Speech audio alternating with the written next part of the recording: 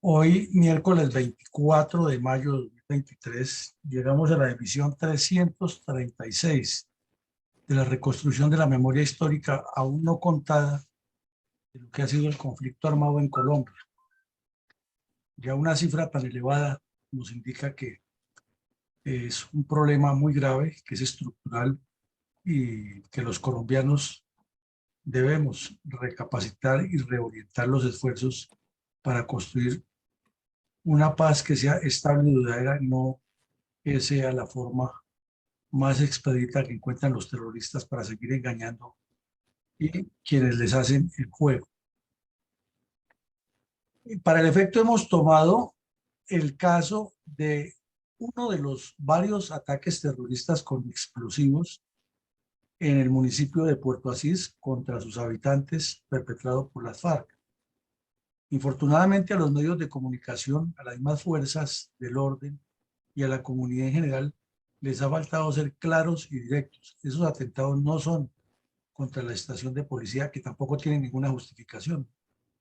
Tampoco tienen por qué atacar con explosivos una estación de policía, sino que son contra la población civil en su conjunto, porque en todos los casos que hemos visto de ataques criminales de las FARC contra los poblados han sido blanco de sus hechos violentos ciudadanos comunes y corrientes, niños, señoras, bebés, campesinos, comerciantes y personas del común que por circunstancias del destino estaban presentes en el lugar de los hechos, como lo veremos hoy.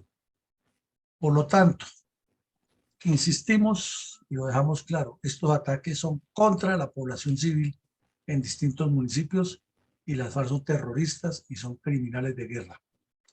Adelante, mi coronel. A partir de la primera década de 1960, el Partido Comunista Colombiano y su brazo armado, la FARC, se asentaron en diferentes regiones de Colombia, desatando una barbarie sin par contra los colombianos, violencia que infortunadamente persiste 60 años después mediante las cruentas acciones criminales, porque se han tipificado varias violencias siempre justificadas con mentiras por sus gestores y en los últimos años enfatizadas en zonas urbanas del país. Podemos ver y escuchar el video que nuestra Fundación Excelencia, Liderazgo y Transformación resalta en su programa institucional La memoria histórica aún no contada del conflicto armado en Colombia, el drama de las víctimas de la agresión narcoterrorista del comunismo armado contra nuestro país, los habitantes del departamento del Putumayo, de gran importancia geoestratégica para el proyecto general del Partido Comunista y las cuadrillas de sus brazos armados para proyectar la supuesta toma del poder mediante la legitimación del cómplice internacional, incluido el Foro de San Pablo y otras organizaciones no gubernamentales.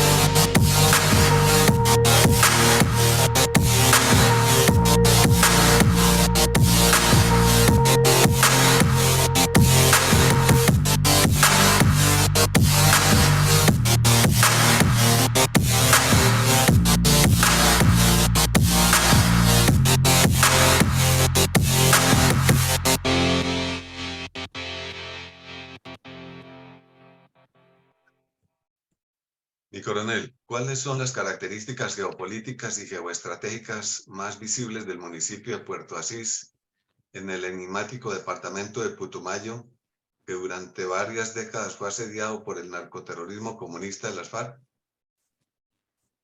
Pues, mi coronel, para entender un poco lo que pasa en Puerto Asís con el asedio de las FARC, entremos en contexto del departamento del Putumayo, que es de unas características muy especiales. Tiene un parecido al departamento de Caquetá en el sentido de su orientación geográfica de noroccidente hacia suroriente de la zona más meridional de Colombia. Se caracteriza igual que el departamento de Caquetá porque lo irrigan múltiples cursos de agua, especialmente los ríos Putumayo, San Miguel al sur y Caquetá al norte. Tiene un tramo en los límites con el Ecuador de una línea recta de esas decisiones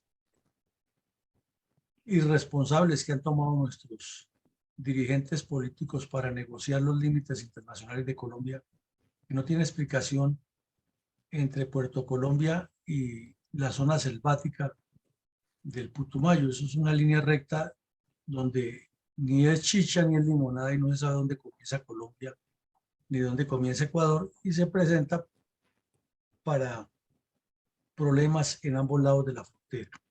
Igual al suroriente, donde termina el departamento, una línea recta entre la Chorrera y el río Putumayo establece los límites con el Amazonas, lo cual es completamente ficticio. Pero además de eso, es un departamento que al occidente tiene a la cordillera oriental, más el nudo cordillerano, porque allí prácticamente es donde se inicia trifurcar la cordillera de los Andes en Colombia. Una zona mixta, que es lo que se llamaría el piedemonte de cordillera con vegetación amazónica, y una zona completamente amazónica y llena de ríos hacia el suroriente del departamento. De acuerdo con el Instituto Agustín Codazzi, el municipio de Puerto Asís tiene 2.610 kilómetros y entre 1990 y 2013 hubo 297 actos criminales de las FARC contra la población civil en ese solo municipio. Y lo reiteramos igual que en ocasiones anteriores, son 297 casos gruesos, grandes, no pequeños, del reclutamiento de una persona, que no debe ocurrir tampoco, ni del secuestro, una extorsión, no, son casos de acciones violentas que de alguna manera son publicadas en los medios de comunicación. Entonces, ya nos va dando la idea de por qué o cuál es el origen de esta violencia en este departamento. Resulta que está rodeado de narcotráfico, de fronteras internacionales, de ríos, de fronteras internas y de articular el sur del país con el centro y el occidente del país. Aquí lo vemos mejor. El departamento está ubicado al sur, centro-sur de Colombia, y muy cerca del departamento del Huila, y de ahí ya muy cerca a Bogotá, no es tan lejos. Muy cerca al departamento de Nariño, límites con Perú al oriente y con Ecuador al occidente. Es igual que el departamento del Guainía, son los dos únicos departamentos que limitan con dos países la frontera exterior de Colombia. Putumayo limita con Perú y Ecuador, y el Guainía limita con Venezuela y Brasil. También vemos ya la ubicación tan importante. Si el departamento del Putumayo está en el centro sur de Colombia, el municipio de Puerto Asís también está en el centro sur de Colombia, sobre todo en la parte más occidental de ese mismo departamento. Es un municipio bastante grande, es el tercer municipio en tamaño después de Puerto Leguízamo y Puerto Guzmán, que son los dos más grandes, vemos aquí, y está geoestratégicamente ubicado en una zona fundamental, ya que por el sur-sur, la parte más meridional, limita con el río San Miguel y con la República del Ecuador. Y en el sur oriente del mismo limita al sur con el río Putumayo, que más adelante va a partir en tres a Colombia, Perú y Ecuador.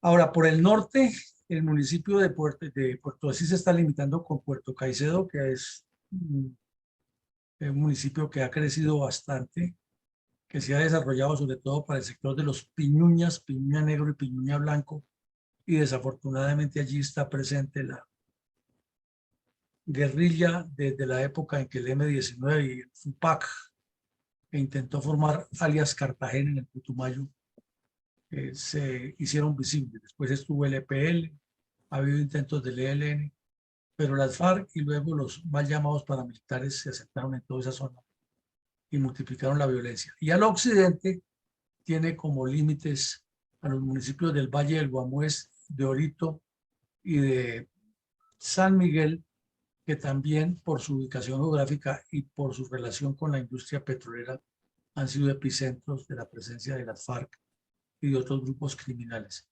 Además, porque por el sector cruza el oleoducto trasandino, que es un bocado apetitoso para los delincuentes de todas las pelambres. Aquí vemos algunas fotos de cómo ha crecido este municipio y no se puede desconocer que la industria del narcotráfico le ha metido la mano fuertemente a la construcción de obras civiles y que de manera desorganizada ha ido creciendo la infraestructura sin un presupuesto claro, con importantes sumas de dinero que han enviado del gobierno central y que muchas de ellas se han quedado en los bolsillos de una dirigencia política que es bastante corrupta y bastante alejada con la realidad de la importancia que tiene esta zona periférica del país o fronteriza con dos países y con gran propiedad de una selva que es capital, no de la vida, como dice Petro, sino capital de la humanidad, es un capital conjunto de la humanidad, es un patrimonio de la humanidad. Vemos que hay ya edificaciones grandes, hoteles y otras edificaciones que llaman la atención en una zona tan olvidada del país. Y aquí vemos que hay ya unas embarcaciones grandes que se mueven por el río de cierto calado y trascendencia, tanto con comercio como pasajeros, pero falta una política de desarrollo fluvial y de transporte multimodal para que todo esto se integre, porque no es raro encontrar que muchas de estas embarcaciones y medios de transporte pertenecen a las FARC. Eso, grosso modo, es el cuadro geoestratégico de Puerto Asís, Putumayo, mi coronel. Muchas gracias, mi coronel. ¿Quiénes son los responsables políticos, además de los responsables intelectuales y materiales del demencial ataque terrorista de la cuadrilla 48 de las FARC, ordenado por Milton de Jesús Toncel Redondo, alias Joaquín Gómez, y José Benito Cabrera Cuevas, alias Fabián Ramírez, contra los habitantes del área urbana del municipio de Puerto Asís, Putumayo, el 27 de febrero de 2000? Bueno, ese ataque, como usted lo mencionó, ocurrió el 27 de febrero de 2000. Y esta foto es del 7 de enero de 1999. Como dice el Chavo del 8, sin querer queriendo. Parece que hubieran tomado esa foto los periodistas como una premonición de quiénes serían los responsables de todo lo que ocurrió en Putumayo, Caquetá, Huila, Oriente del Cauca y Nariño durante el desgobierno de Andrés Pastrana frente a las FARC. Y es que ahí aparecen en la foto los responsables tanto políticos como intelectuales y materiales del ataque terrorista que estamos analizando hoy y de otros crímenes que ocurrieron por parte de las FARC en esos departamentos que acabo de mencionar.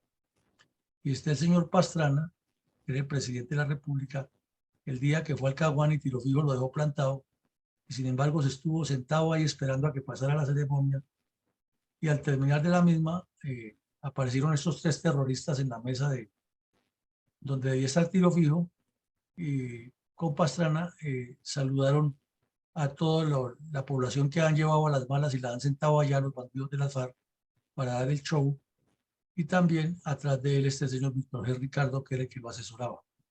Entonces, responsables políticos por la falta de visión estratégica y por haber permitido toda esa vagabundería a las FARC son Pastrana y el señor Ricardo, que era el negociador de paz, que además tenía el ego por las nubes, no hablaba con los mandos militares de la época ni se asesoraba, sino que él tomaba decisiones unilaterales.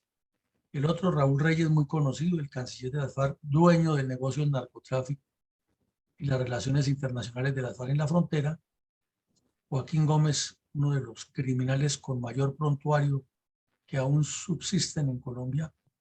Y este otro delincuente, Fabián Ramírez, el que dinamizaba todas las órdenes que recibía de Raúl Reyes y de Joaquín Gómez para destruir el país. Entonces ahí están en la foto y quedó para la historia sin saber que desde un año antes estaban posando los responsables de todo, en todos los sentidos de esos crímenes.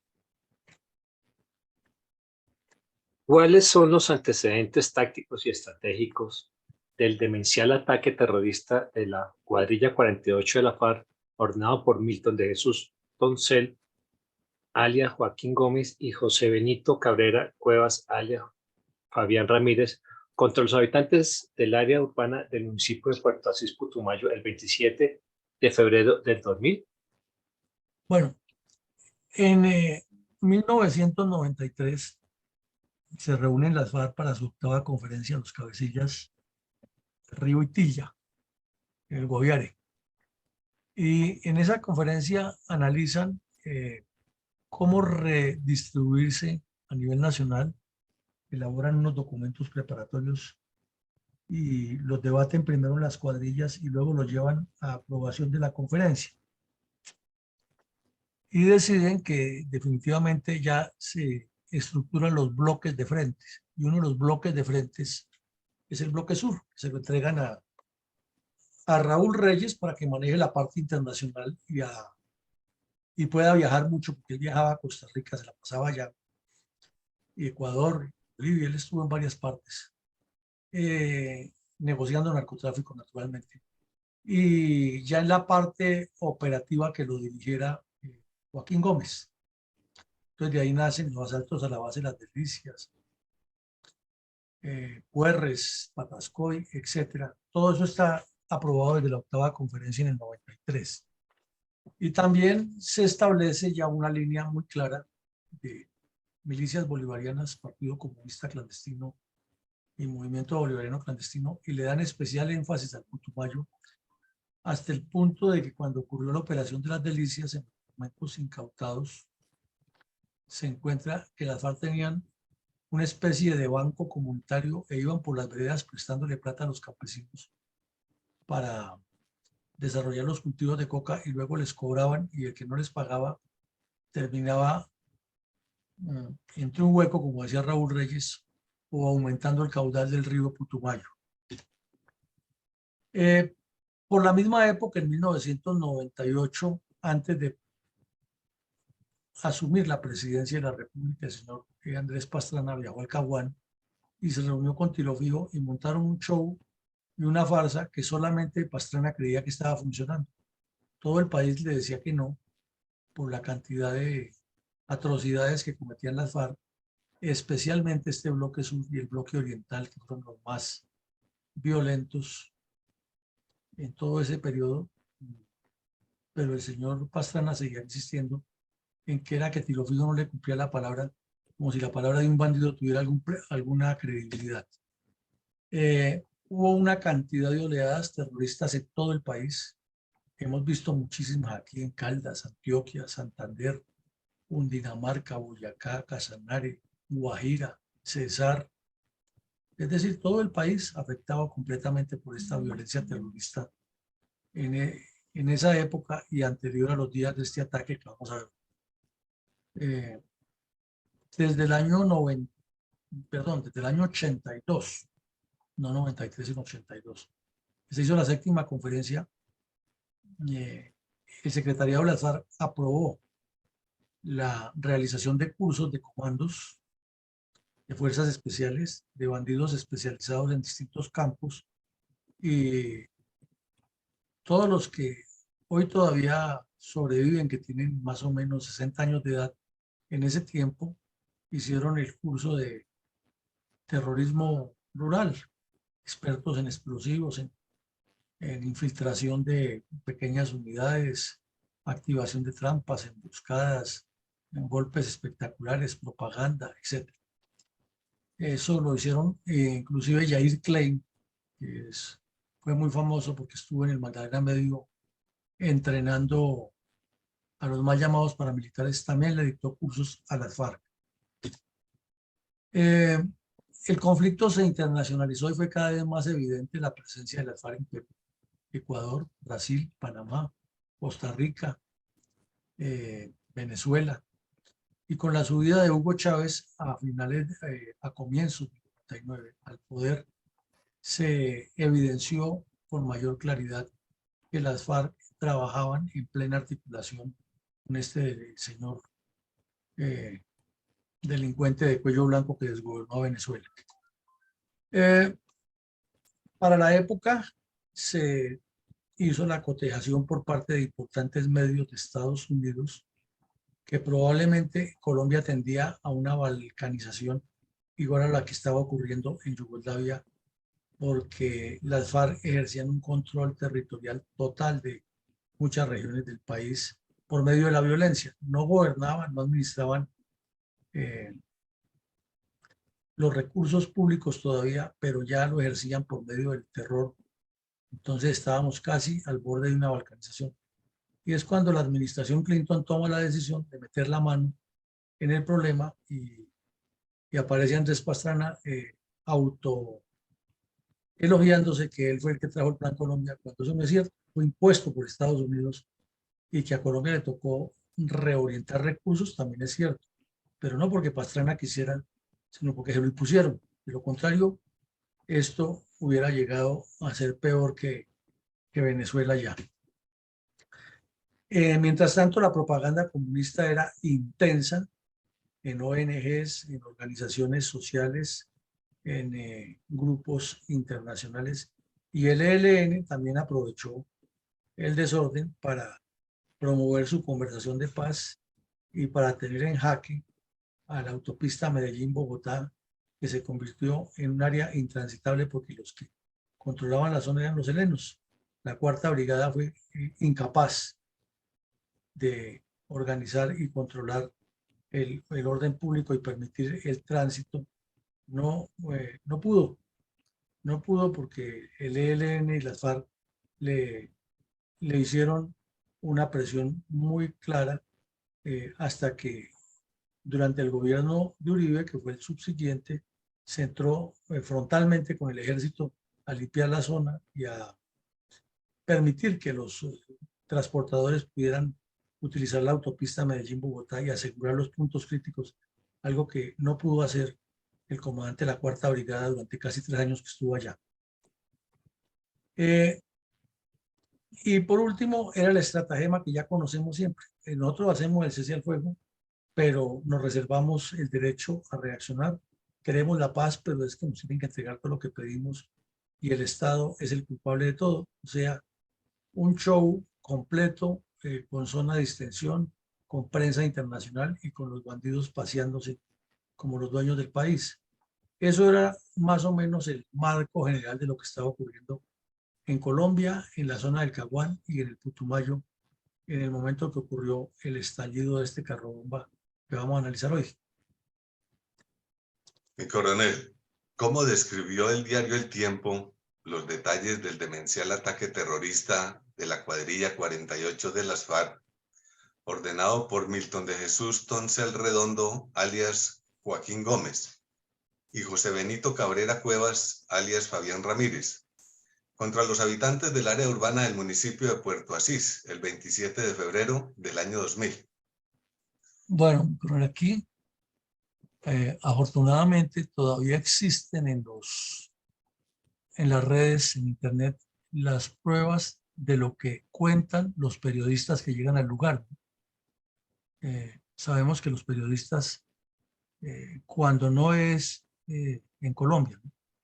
Los periodistas colombianos, cuando no es entrevistando a los bandidos como si fueran transformadores, es en una actitud más bien morronga, describiendo los hechos casi que más a favor de los delincuentes que a favor de los colombianos.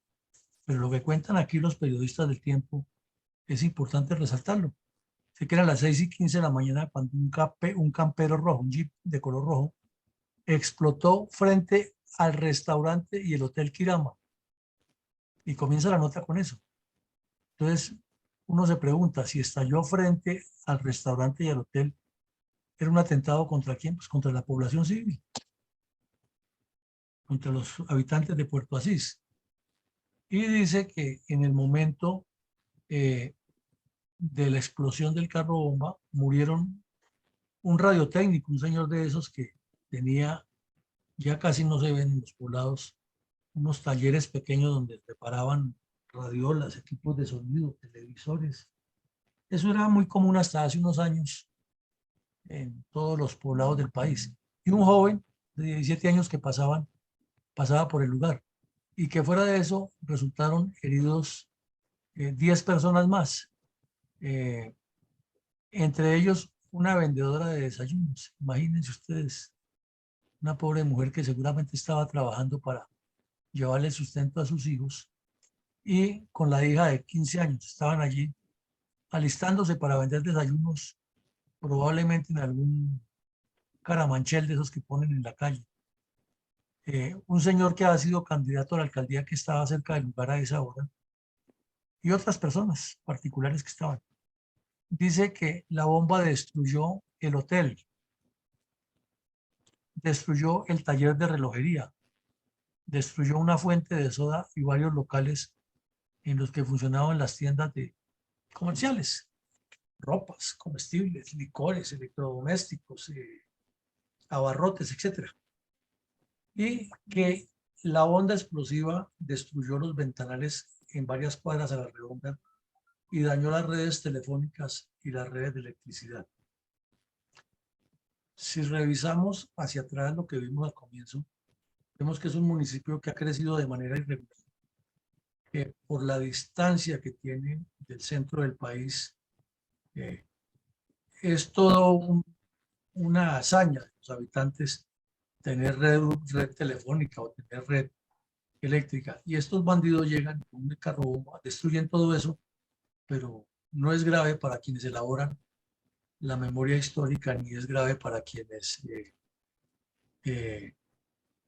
reconstruyen la historia del país. Por otro lado, dice que se calcularon 2.000 millones de la época, estamos hablando del año 2000, ya hace 23 años, que un dólar costaba más o menos para esa época 1.700 pesos, hoy en día cuesta 5.000. Quiere decir que haciendo una analogía un poco a la carrera, hablaríamos de que 6.000 millones de pesos del día de hoy equivaldrían a los daños que se causaron en ese momento.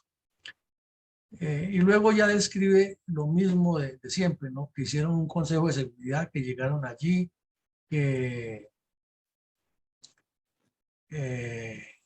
lo más probable es que las FARC fueron a atacar a ese poblado en retaliación porque en la zona de los ríos Piñuña Blanco y Piñuña Negro les habían fumigado unas zonas donde se estaba produciendo bastante hoja de coca y había laboratorios, y que luego el gobernador había dicho que en un censo que tenía había 3.000 familias vinculadas al negocio de la coca, que una realidad reconocida por todos los habitantes de la región es que la economía gravita alrededor de eso.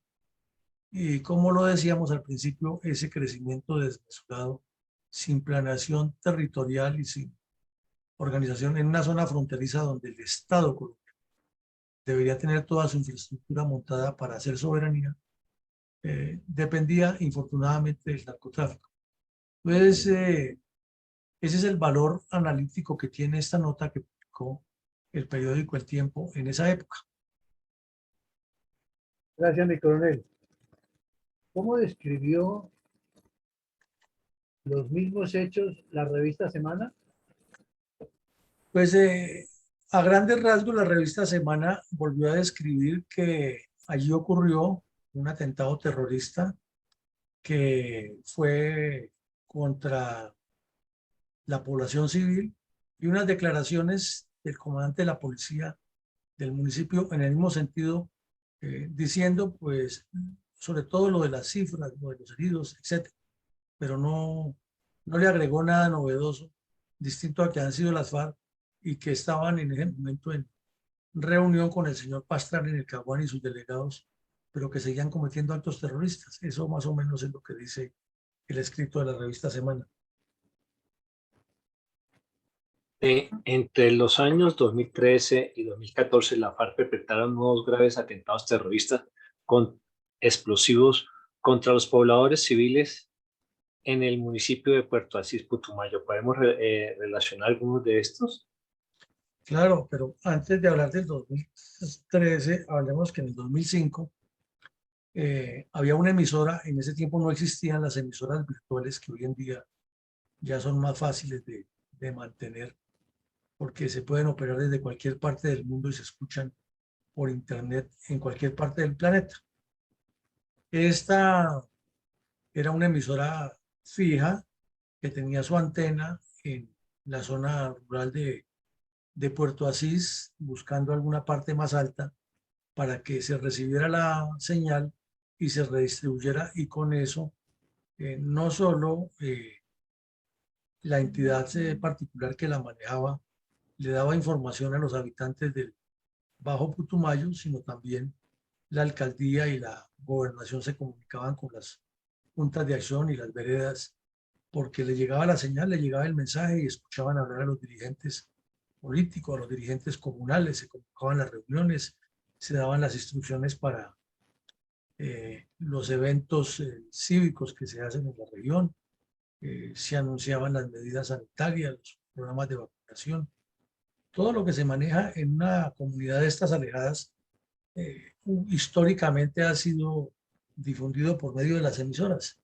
Pues estos bandidos que dicen defender a la población y que estaban ya en el 2005 en guerra contra la seguridad democrática, fueron y destruyeron la antena y dejaron a las personas de todas esas zonas en la selva completamente incomunicadas, ya que los celulares tampoco era que estuvieran muy avanzados y los únicos que tenían comunicación de importancia eran los narcos que con sus teléfonos satelitales o sus antenas de radio poderosas, pero el campesino común y corriente, el indígena de la región completamente aislado gracias a que los señores de las FARC ni destruyeron la antena comunitaria.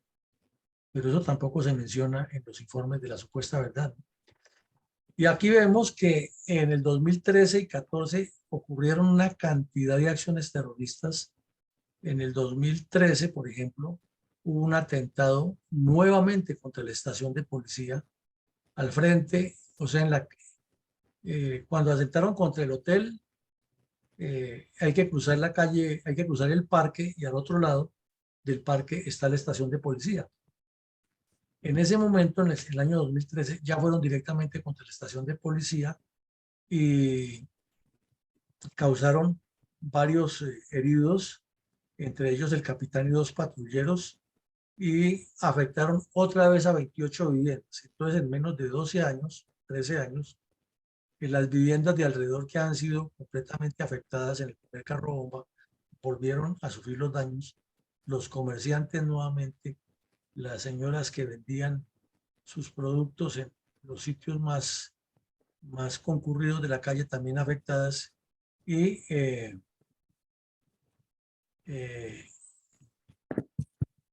nadie se manifestó en contra de esto, ni nadie puntualiza en esos informes que hacen de historia del conflicto y análisis, que es una cuestión sistemática y seguida contra la población, porque 2 ataques tan demenciales en tan corto tiempo indican que hay una intención malévola contra la población de ese municipio.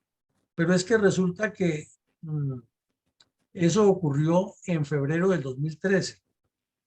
Y resulta que en el 29 de noviembre del 2013, la policía encontró otra vez a dos muchachos de 13 y 16 años a quienes les habían entregado un control remoto para que reventaran unas cargas que estaban enterradas en unas alcantarillas por donde iba a pasar la policía y tenían una capacidad de destrucción grandísima.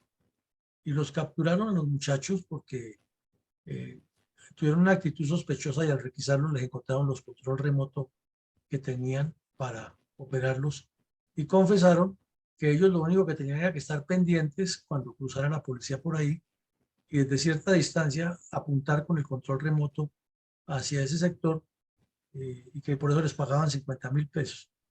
Y luego dice que en esos mismos días le hicieron una emboscada al ejército con explosivos cerca a Puerto Asís contra un batallón de ingenieros que estaba construyendo una vía para mejorar la comunicación de la zona rural con la zona urbana, y allí falleció el comandante del batallón de ingenieros, el teniente coronel García Nieto. Y luego, en el año 2014,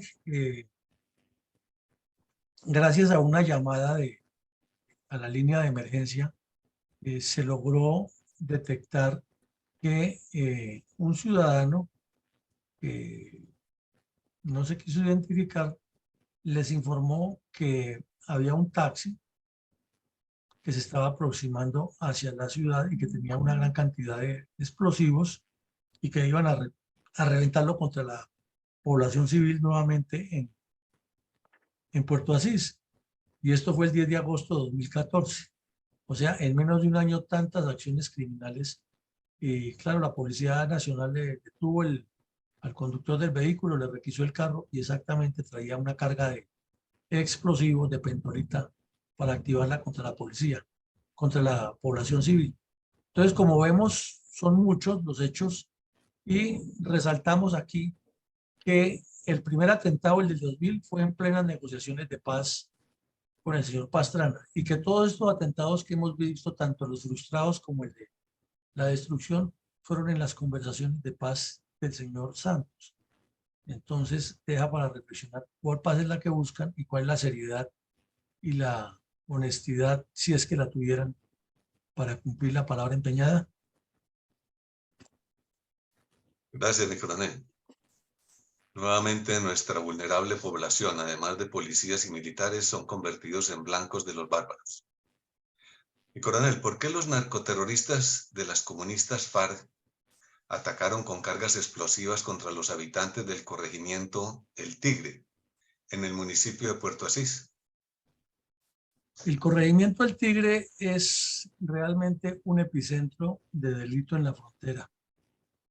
Allá la única presencia institucional es la policía y uno que otro funcionario de la Secretaría de Salud que llega, o de las UMATAS, o de la Secretaría de Hacienda, pero el narcotráfico es el que manda allá y las FARC son las que mandan el narcotráfico.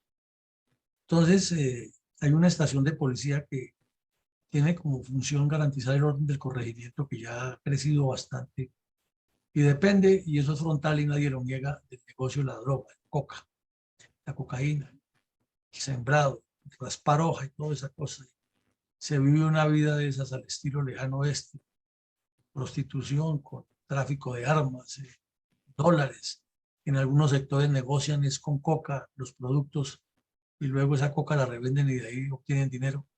Eso no es ningún secreto y allá ocurre en esa zona. Y allí ha llegado varias veces las unidades antinarcóticos de base para ir a operar contra los narcos. Entonces, las FARC, por varias razones, una, para imponer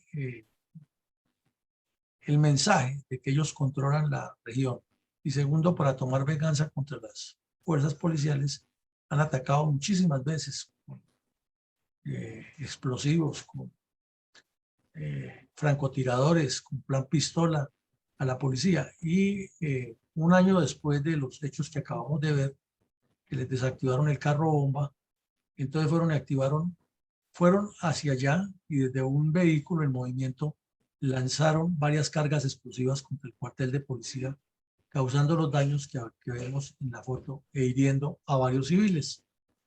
Entonces, llama la atención que en un solo municipio, de los tantos afectados por la violencia en Colombia, las FARC hayan cometido tantas tropelías y ni la academia, ni las comisiones de memoria histórica, ni la supuesta verdad lo pongan con el énfasis que corresponde, que son epicentros, son centros poblacionales fijos en los blancos permanentes de los terroristas, a los cuales no cesan de hacerles daños y de asesinar civiles o dejar civiles inválidos o heridos como consecuencia de sus acciones criminales.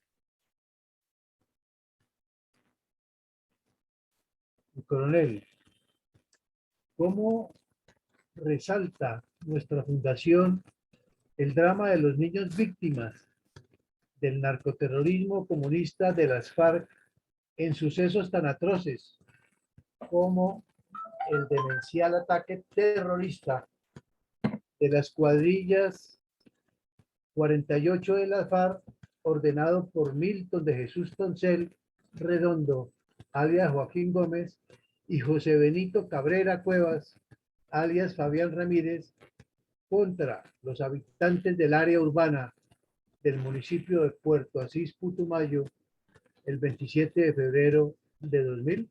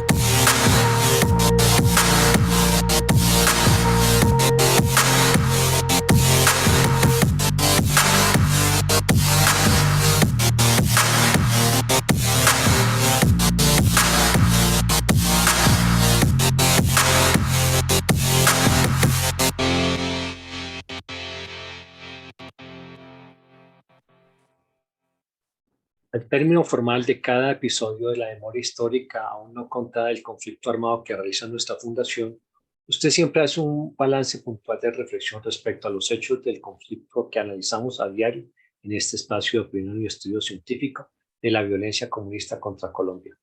¿Cuáles son sus reflexiones estratégicas acerca del demencial ataque terrorista de la cuadrilla 48 de la FARC, ordenado por Milton de Jesús Toncel, alias Joaquín Gómez, y José Benito Cabrera Cuevas, alias Fabián Ramírez, contra los habitantes del área urbana del municipio de Puerto Asís, Putumayo, el 27 de febrero del 2000? Pues comencemos por decir lo que siempre reiteramos aquí, que al pueblo colombiano se le olvida, una memoria muy frágil, y no hay una reconstrucción seria de la historia de todas estas acciones terroristas del FARC, y es en este caso específico del Bloque Sur, dirigido por los dos criminales que usted acaba de mencionar. Pero también se nos olvida que tenemos una región que tiene una importancia estratégica y geopolítica para el país, muy importante porque es fronteriza, porque tiene selva, porque tiene ríos, tiene agua, tiene suelos aptos para algunos cultivos que podrían ser bandera en la exportación de Colombia. tiene también una potencialidad de pesca fluvial y tiene también la potencialidad del desarrollo ecoturístico. Pero la violencia y el control de las FARC y el narcotráfico la tienen olvidada del desarrollo y en primer plano en el delito. Esa capacidad de terrorismo sistemático y sostenido atado a una estrategia de terror en los municipios en todo el país no fue casual, y como no fue casual era dirigida desde el mal llamado Estado Mayor Central y Secretaría de la FARC, y a ser dirigida desde eso se convierte en un crimen de guerra continuo que no puede ser olvidado ni perdonado por ningún tribunal, así la JEP le hayan dado una figura de manipulación jurídica, pero la Corte Penal Internacional no podría perdonar eso, no lo debería perdonar y debería echar para atrás ese espurio tribunal de la JEP, porque se está legitimando de manera soterrada una acción criminal continua contra los colombianos y en este caso específico del municipio de Puerto Asís, como lo hemos visto también ocurrió en Jambaló, Toribío, Caloto y otros municipios que han sido blanco permanente de acciones criminales. Y aquí los hechos, las fechas, los documentos periodísticos, los archivos de inteligencia, los archivos judiciales tienen las pruebas suficientes para demostrar que era un terrorismo sistemático y sostenido que hacía parte de una estrategia de terror en esos mismos municipios con el fin de ir aislando la capacidad de control del gobierno central. Coincide también que el narcotráfico tenga nexos internacionales en distintos países y que la intención era liberar la zona fronteriza del sur de Colombia con cualquier incidencia del Estado central. Y como tenía cómplices como el señor Rafael Correa, encontraba inmediatamente la respuesta grosera e irrespetuosa con Colombia de este delincuente de cuello blanco que decía que Ecuador no limitaba con Colombia sino con las FARC por el norte. Pero es todo un entramado, es un engranaje. Recordemos que el señor Palacios, que reemplazó a Lucio Gutiérrez, y el señor Correa estaban más preocupados de negociar con las FARC que de mantener negociaciones a nivel de estados con Colombia, y que sus primeras acciones siempre fueron impedir que se realizara la fumigación con glifosato contra los cultivos de las FARC, con el cuento chino que era que al fumigar en la frontera colombiana les afectaba a los campesinos ecuatorianos, lo cual no es cierto, pero le pusieron hasta denuncias internacionales a Colombia y como la Corte Interamericana de Derechos Humanos estaba plagada de comunistas, le dieron la razón al señor Correa. Eso indica que es toda una estratagema internacional y que no era solamente de Colombia. La estratagema de paz y diálogo siempre lo han mantenido las FARC, los grupos criminales.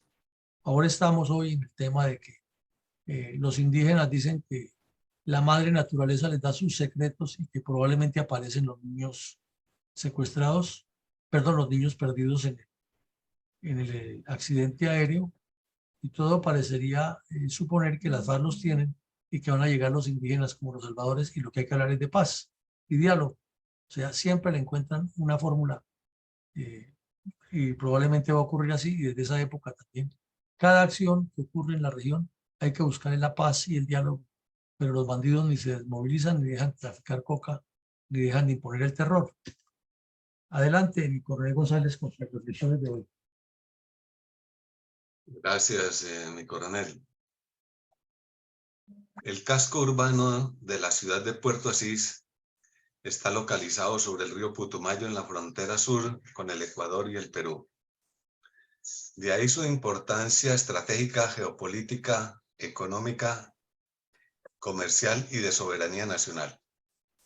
Como lo es también por ser la segunda ciudad del departamento del Putumayo, que por su conformación administrativa, este departamento se extiende a todo lo largo del límite fronterizo, y que comenzó a tener importancia en el conflicto con el Perú.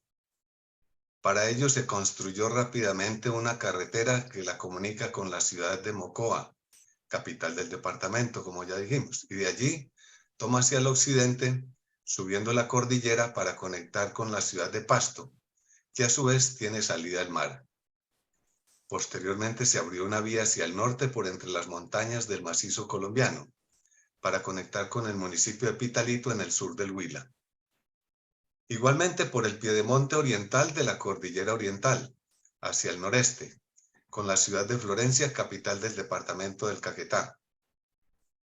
Por vía fluvial se puede recorrer toda la frontera hasta llegar al Brasil, y muchas otras áreas por medio de una vasta red de grandes ríos, como lo son el Caquetá, el Orteguaza y el Mandur, y caños navegables, donde inicialmente se crearon varios hidropuertos con motivo del conflicto fronterizo ya mencionado, que posteriormente se reemplazaron por aeropuertos. Después de ese hecho histórico, fundamentalmente quienes hicieron presencia para facilitar el desarrollo y el progreso fronterizo y la colonización, además de sostener la soberanía, fueron durante bastantes años la Armada Nacional, con una base naval en la población de Puerto Leguízamo, y la Fuerza Aérea con otra unidad militar en la confluencia de los ríos Caquetá y Orteguaza.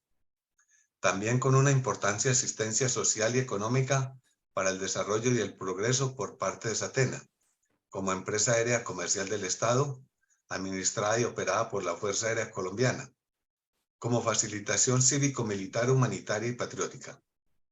Posteriormente, también el ejército instaló importantes unidades, como las que se encuentran entre Puerto Asís y Mocoa, además del batallón de la Tagua, sobre el río Caquetá, por ser uno de los puntos de entrada y salida de la carretera que atraviesa el istmo fluvial que hay entre los dos ríos Caquetá y Putumayo, vía que termina en la población de Puerto Leguízamo, frente a la frontera con el Perú, y por tanto un sitio realmente estratégico para la nación. Con el tiempo, todos estos factores estratégicos hicieron que la región fuese de importancia, no solo para los objetivos nacionales, sino narcoterroristas, de las cuadrillas de las FARC, el M-19, el EPL y algo del ELN.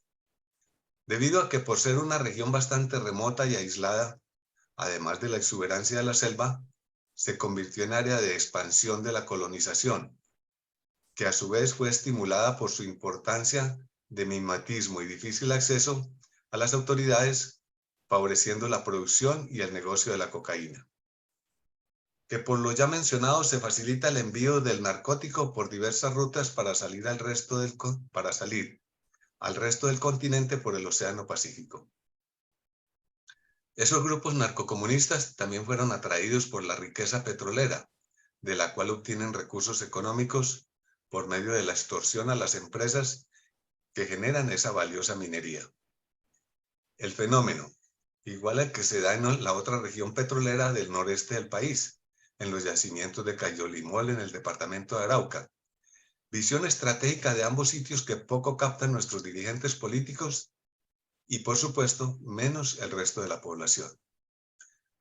Todos estos factores desafortunadamente han sido poco conocidos, en especial por parte de los gobiernos del nivel central, porque han sido considerados como si solo fuesen de un interés exclusivo de las Fuerzas Armadas por razones de defensa militar de la soberanía nacional, ignorando que para la soberanía también es muy importante la conjunción de todos los factores geopolíticos del país, tales como lo son los económicos y comerciales para el progreso, y que en el Putumayo hay grandes recursos naturales con posibilidad de explotación distintas a lo que es solo el cultivo de la cocaína. Descuido que facilitó el crecimiento de un gigantesco comercio ilegal que terminó fortaleciendo poderosamente a los grupos insurgentes, que han creado una oleada de terrorismo que nos afecta a todos los colombianos.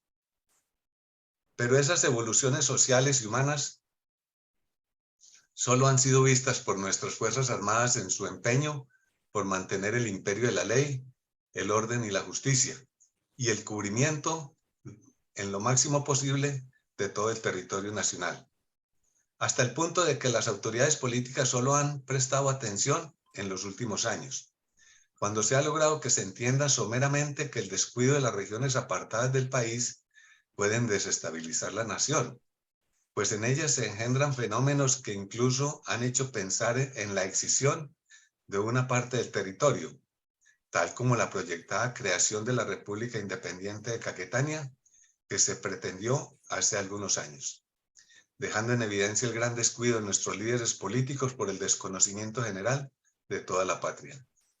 Por eso la Fundación Excelencia, Liderazgo y Transformación está desarrollando una empeñosa actividad pedagógica y patriótica en el campo sociopolítico para concientizar sobre nuestra importancia en el contexto americano y mundial, lo cual requiere de líderes con visión geopolítica por parte de dirigentes conocedores de la importancia de un buen gobierno.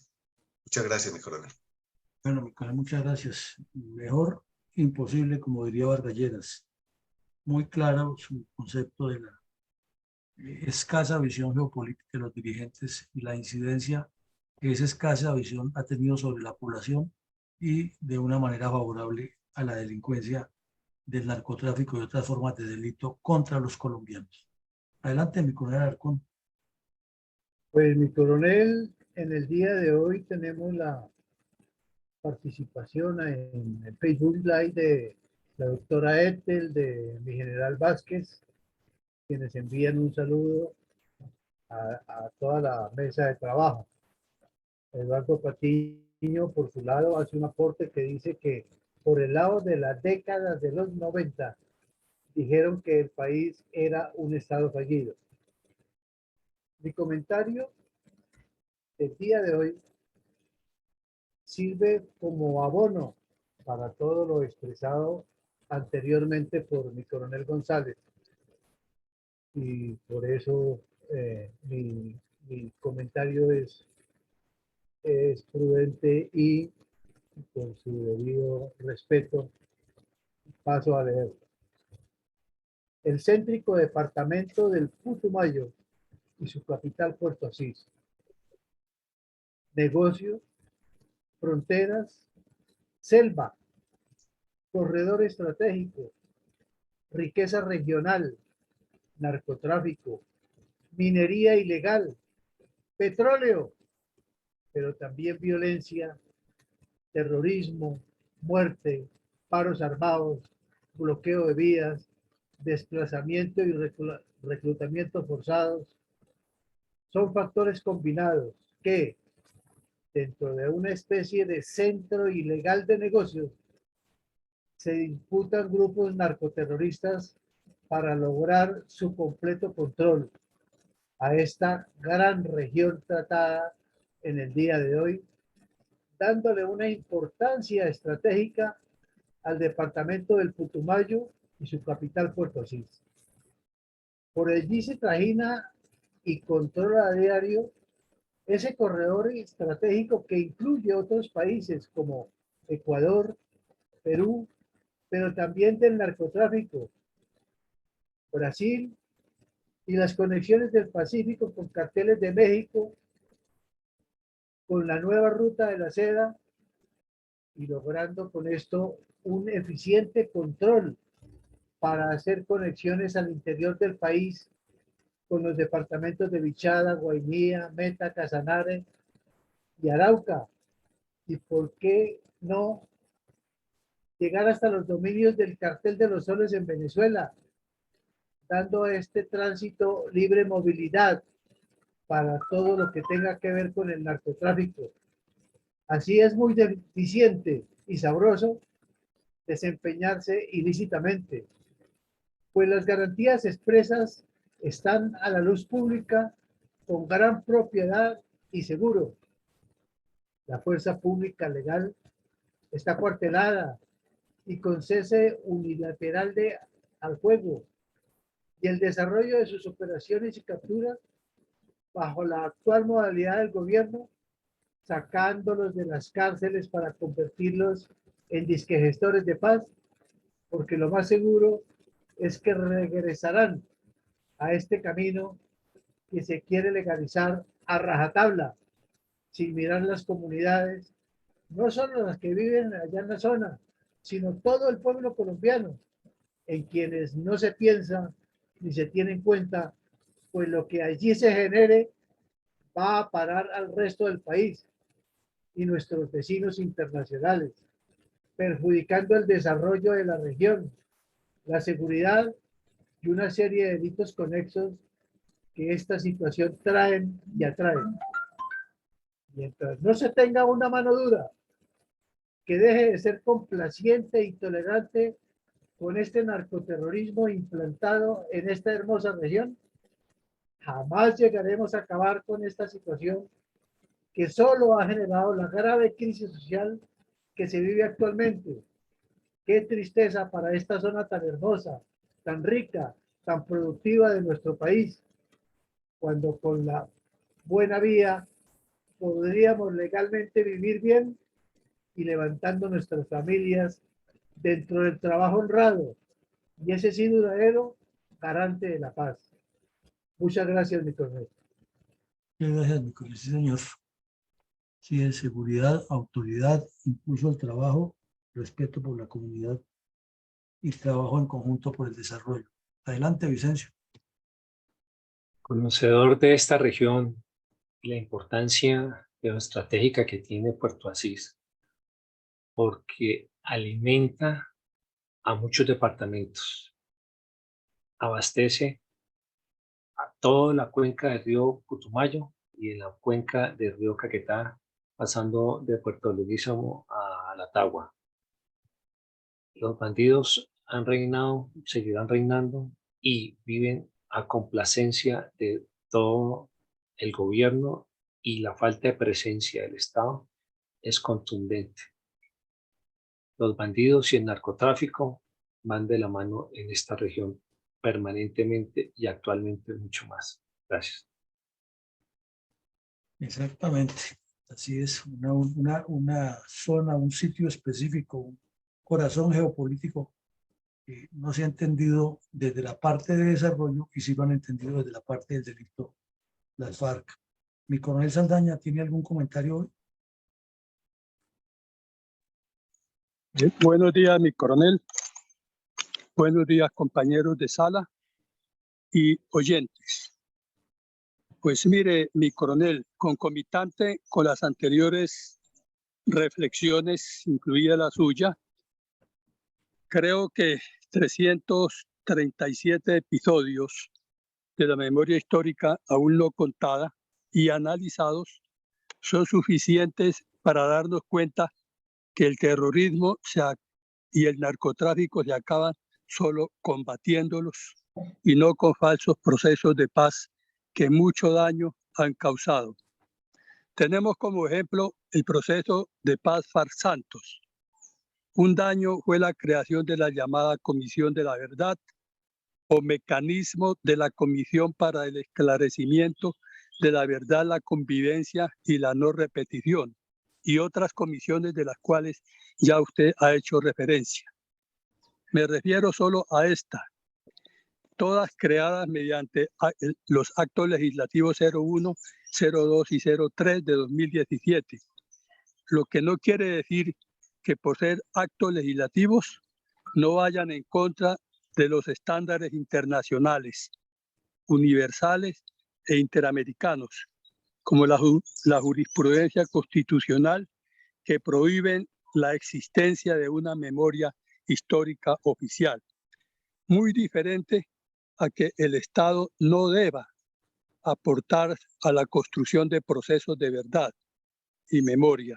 Es lo que dice la sentencia C-116 del 2021 al declarar inconstitucional con salvamento de votos inexequible parte del artículo 9 de la ley 1979 de 2019 o ley del veterano, o ley del veterano, para llevar un espacio al Centro Nacional de Memoria Histórica, sus historias. Pero es que la sentencia también acerca un concepto de la Corte Interamericana de Derechos Humanos en donde se reitera que el Estado no se puede apropiar de la verdad. Ya dirán los oyentes si el Estado a través de estos actos legislativos se está o no apropiando de la verdad. Lo cierto es que ese proceso de paz, que con latrocinio desconoció el sagrado derecho de sufragio el 2 de octubre de 2016 y que impuso el gobierno, apoyado con la dictadura de los partidos políticos existentes para la fecha, no solo no acabó con el terrorismo, sino que lo dobló y de paso quebró la democracia. Todo para satisfacer obcecados intereses personales o de castas. El sitial de estos episodios de la Fundación Excelencia, Liderazgo y Transformación debe ser el Centro Nacional de Memoria Histórica, porque para eso lo creó la ley. Muchas gracias. Muchas gracias a usted, mi coronel. Tiene razón usted que al terrorismo y el narcotráfico solamente se combaten es con la fuerza policial, la fuerza militar y la justicia, que los encarcele y los haga pagar por lo que cometen. Y también el manejo que se le ha dado desviado a la construcción de la memoria histórica. Pues esto es un tema largo y por lo menos nos corresponde como fundación en el propósito que nos hemos fijado seguir avanzando.